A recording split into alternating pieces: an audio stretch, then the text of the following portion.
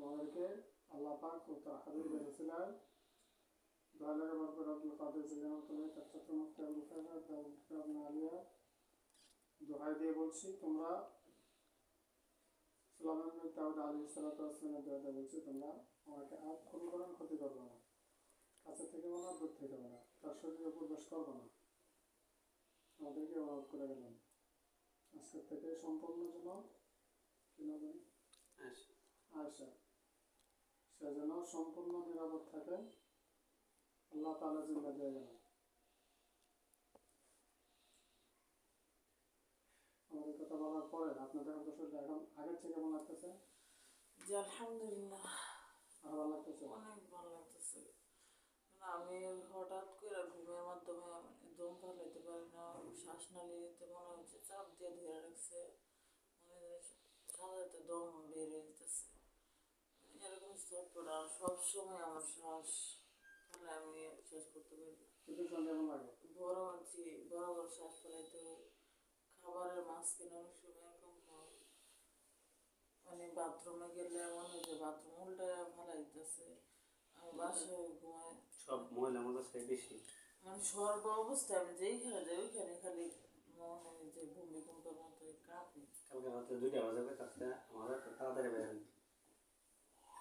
হ্যাঁ বিছনা শোয়া বিল্ডিং কাঁপতেছে না কিছু এমন ভাবে কাঁপে যে আমি নিজের স্থির থাকতে পারি না, যে এখানে দাঁড়ায় থাকি। এত বই শুধু আমি নিজে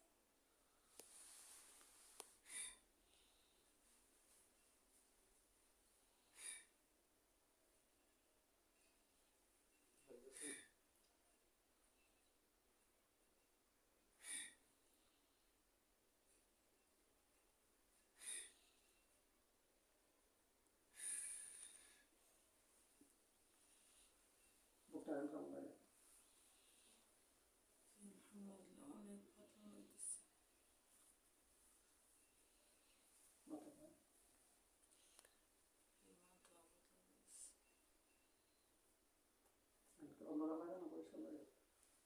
এখন স্বাভাবিক লাগছে, শুধু নাড়ে একটু কষ্ট একটু